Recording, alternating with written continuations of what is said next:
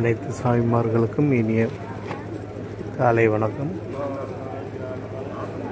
சபரிமலை சன்னிதானம் மண்டல விரதம் 48 நாட்கள்.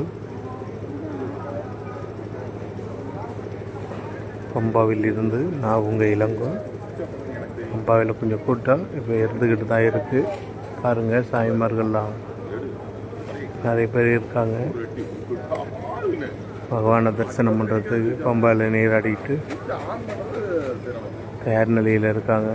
சாமியே சரணம் ஐயப்பா.